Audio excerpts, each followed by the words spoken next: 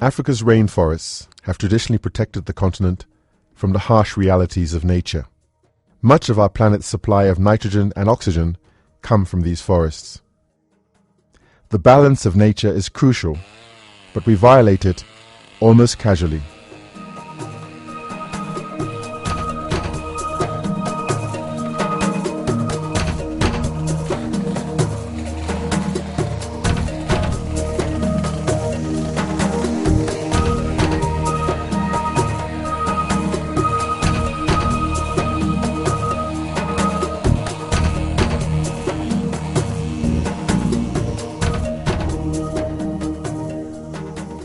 Yet, a great number of these irreplaceable forests are now ravaged. This is shea butter tree. It's in high demand because of its weight. It doesn't spark. There's no, when you put fire, it just burns and it gives less ashes. That is why we use shea butter.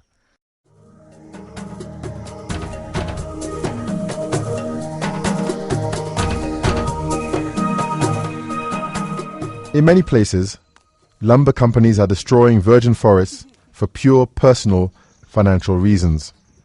The impact of climate change is the least of their concerns. Profit is. 800 bags of charcoal of 32 kg per container, and I've done about 25 containers in 1 year. That probably estimates to maybe about 5,000-6,000 trees. It's a big market. You go, even if you go on the internet, Alibaba, they're everywhere. Not only Nigeria. They have in Ghana, they have in Botswana, South Africa, everywhere. You know, that they allow us to do it. It is as if Africa is faced with a wicked irony. The forests are disappearing as fast as the continent's major water sources are shrinking. Lake Chad was once one of the world's Great Lakes, covering an estimated 25,000 square kilometers and bordering Nigeria, Chad, Cameroon, as well as the Republic of Niger.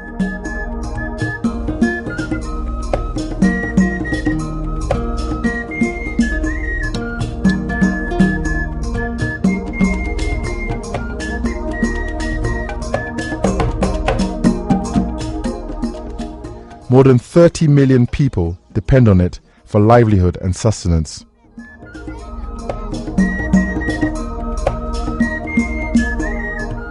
Any threat to the lake is a threat to the livelihoods of these 30 million people. Climate change and overuse have put one of Africa's mightiest lakes in mortal danger. In the past 40 years alone, the lake has shrunk from 25,000 square kilometers to under 1,500 square kilometers. It is almost like a football field becoming the size of a football. The first factor is the rainfall. Since the early 1970s, it has been observed that in different times within the basin, there has been a dry period. The second factor is the huge population growth. The population growth rate makes the need for water to increment. Water once used to be more available. The livelihood of all the people is affected. On Kinasarum Island, where the lake is crucial for survival, fishermen, who once made routine massive catches over the years, now thank their stars when they haul out half-filled buckets of tiny fish. Fish production in Lake Chad has fallen 60%.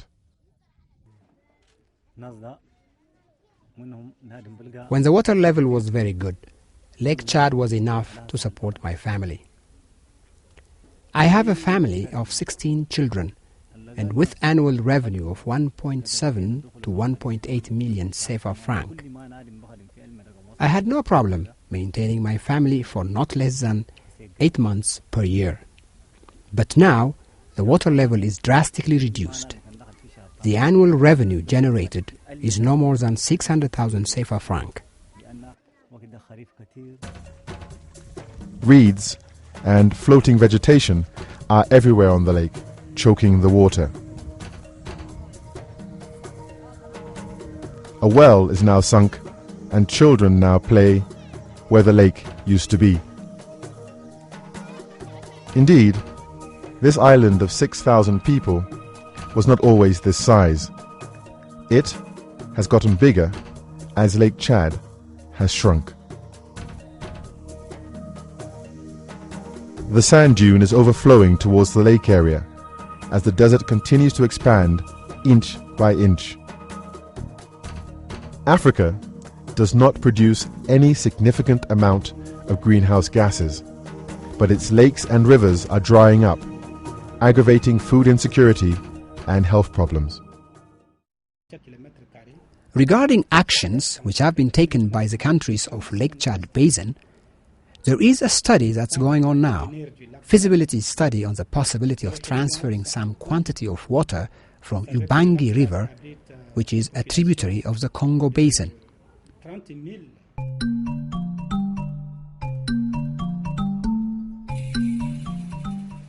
Here, the water is not drying up or disappearing, but climate change manifests in sea level rise and devastating coastal erosions.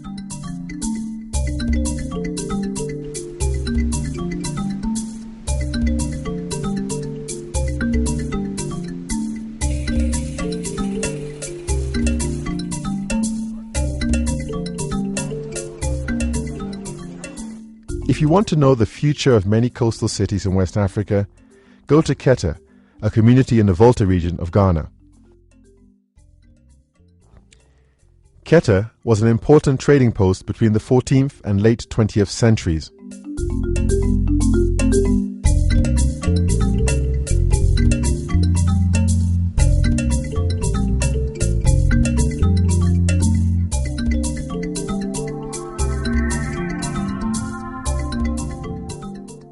The area is very busy because the people depend so much on the sea and the lagoon for their livelihood.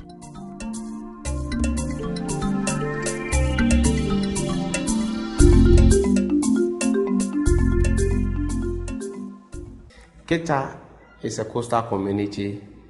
They rely much on fisheries, both in the lagoon and the nearshore environment, and also farming, using the water, underground water, and even the water from the Keta lagoon, okay, for their activities. And thirdly, seasonally, they also go into salt production.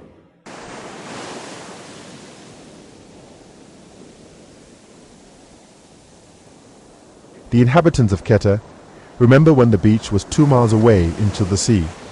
The first sea defense system, built many years ago, has long been swallowed by the encroaching sea.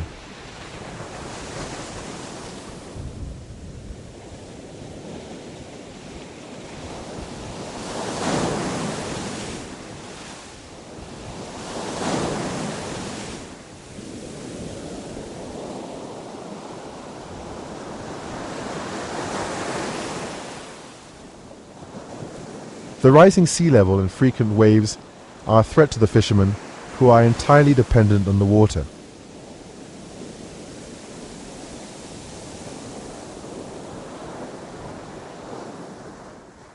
My family size is about 11, 8 children and 2 wives, including myself. Sometimes it happens that when we go to the sea and try to catch fish, the sea is not good. The sea is rough, and we have to return as we have done today. There are about 400 fishermen in this community, and they are all facing the same problem. The amount of fish stock in the sea is decreasing, and the tidal surge is continuing, so their canoes, which were once very busy on the sea, now stand idle on the shore.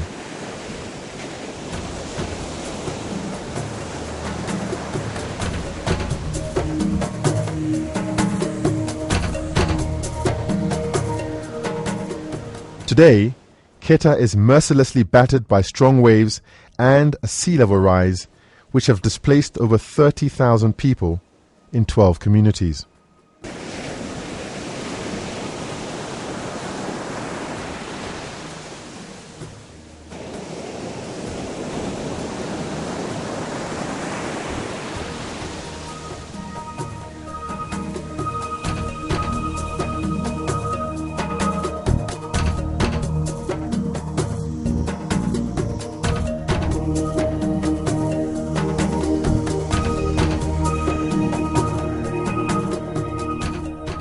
A large portion of residential buildings and public infrastructure, including the road linking Keta to its northern neighbours, have been lost to the sea.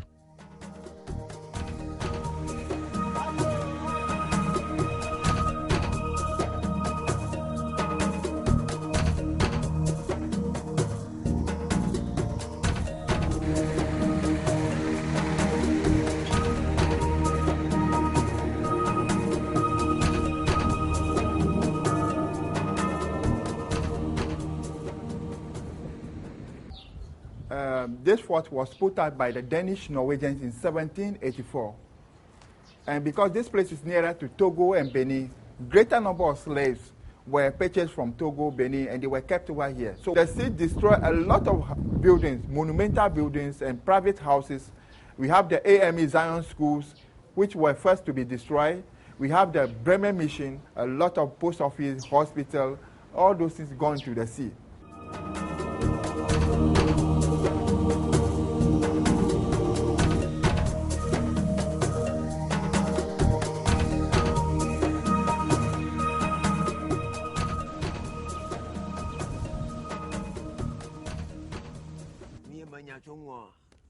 There is a god of land who doesn't want a corpse. Anytime dead bodies are carried across the land, the sea gets angry. The gods get angry. So that's when you see the sea very, very rough. And we've come to the conclusion that yes, Ghana is vulnerable to that. So after these studies, what we're doing to sensitize people, to let them know that yes, we are not immune. We need to prepare ourselves, the populace, by educating journalists, policymakers, and so on. As an engineering solution to stop the erosion, a new sea defence project, which was started in the year 2000, was completed in 2004. But this is a temporary solution. The frequent floods from the turbulent sea has put pressure on the people to abandon their village. Some are staying here and shifting their occupation from fishing to farming. They are still not beyond the reach of the sea. I realized that the fishing will not help me because nowadays we don't get enough fish. So I'm not put my mind in the fishing nowadays. So I turned my mind to farming, and I realized that the farming will help me.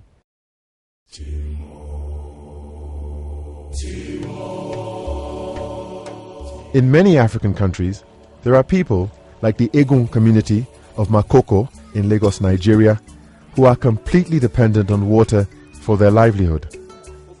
In fact, without water, there would not be an Egun community.